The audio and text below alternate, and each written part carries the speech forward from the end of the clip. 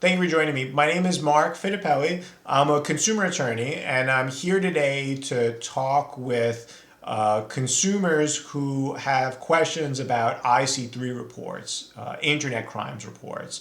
I'm going to talk to you about what should go into an IC3 report, why you may be asked to file an IC3 report, and at the end of the video, I'm going to address with you a common frustration I hear from our clients. Why isn't the FBI calling? Why isn't no one investigating what I put in my IC3 report?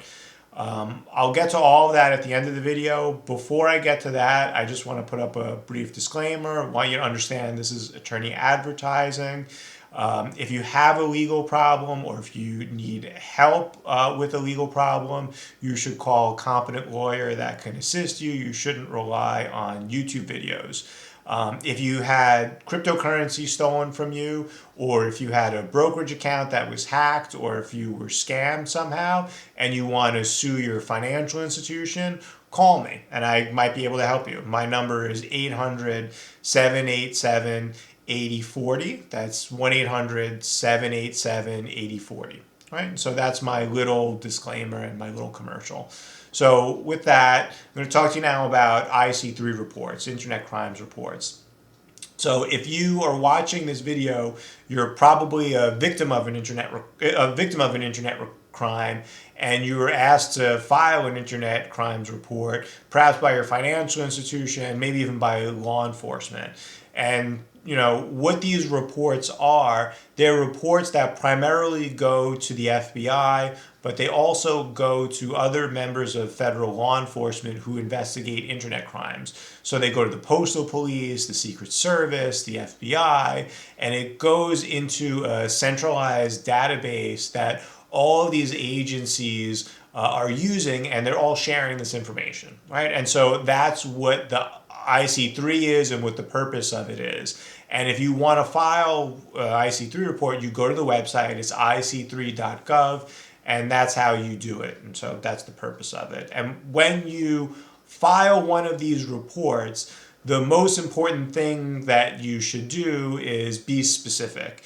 And not only be specific, but be specific and be organized. And what I mean by that is if you're a victim of a cryptocurrency scam and you sent cryptocurrency to someone, you should give the FBI all of the wallet addresses that you sent cryptocurrency to, or the transaction hashes, or both. And if you don't know how to do that, it's worth it for you to find someone to help you to do that.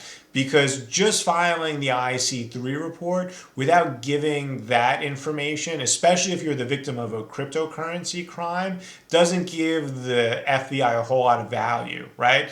For the same reason, if you were a victim of a scam where you were tricked into wiring money to someone, you have to give the FBI the wire instructions, right? Give them the bank account number of the bank that you sent the funds to, right? If you were given a PDF of wire instructions, you have to give them the PDF too, right? The whole idea is you want to give them as much information as possible in as organized a fashion as possible so that they could investigate what you're telling them and so that they could take what you're saying seriously.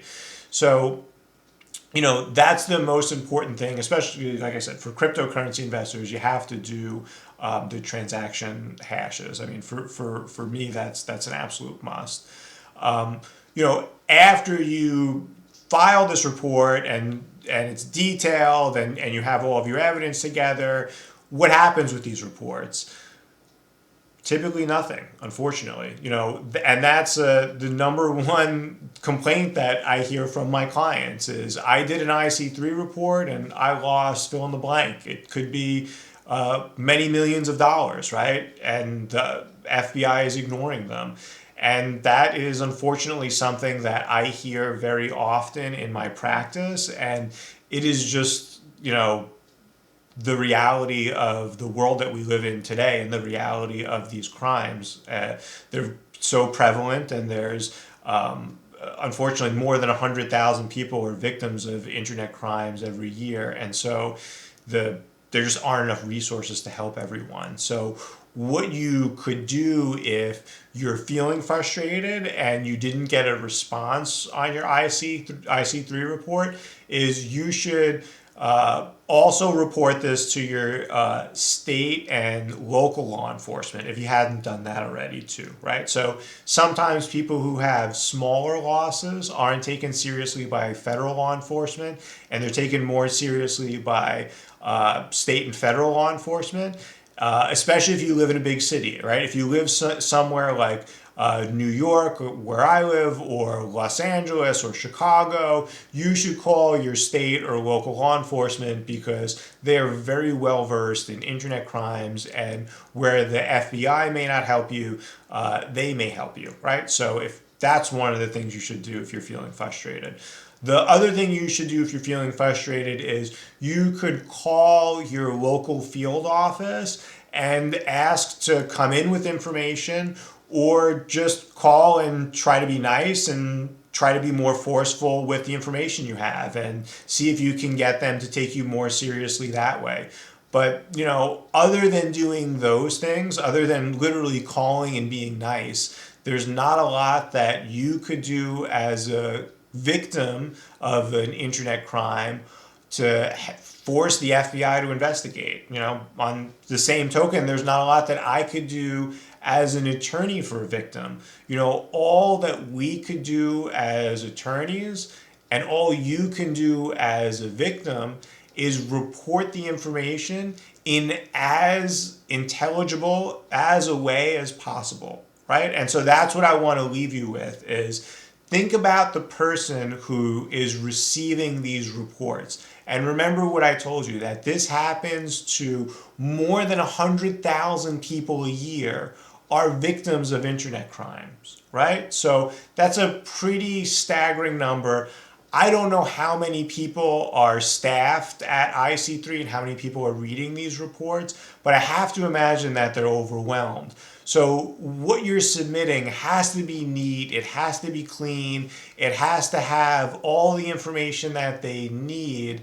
And there's no guarantee that they're going to call you. And unfortunately, even if you do all the things that I said in this video, and even if you're persistent, and even if you call the FBI every day and show up at the office, you still aren't going to force them to do something that they have limited resources or no willingness to do, and that's just the reality.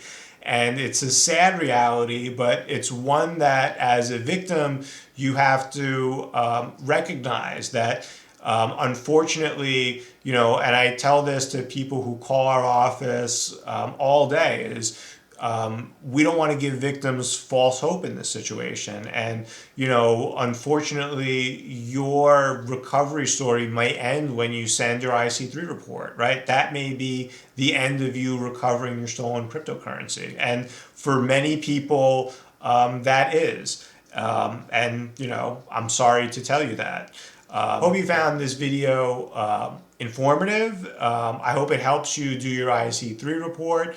And remember what I said, the goal is to do something that's intelligent, that's organized, and put yourself in the shoes of the person who's reviewing 100,000 of these a year, right? So think about that, think about the person that's reviewing them, and think about how you want to get their attention to something that's life-changing for you and the most devastating thing potentially that's happened to your life.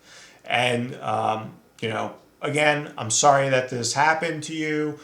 Thank you for watching the video. And if you have any questions about recovering money from a cryptocurrency exchange or tracing crypto, you can call me or you can send an email to our law office and one of the other attorneys can get back to you. Thanks.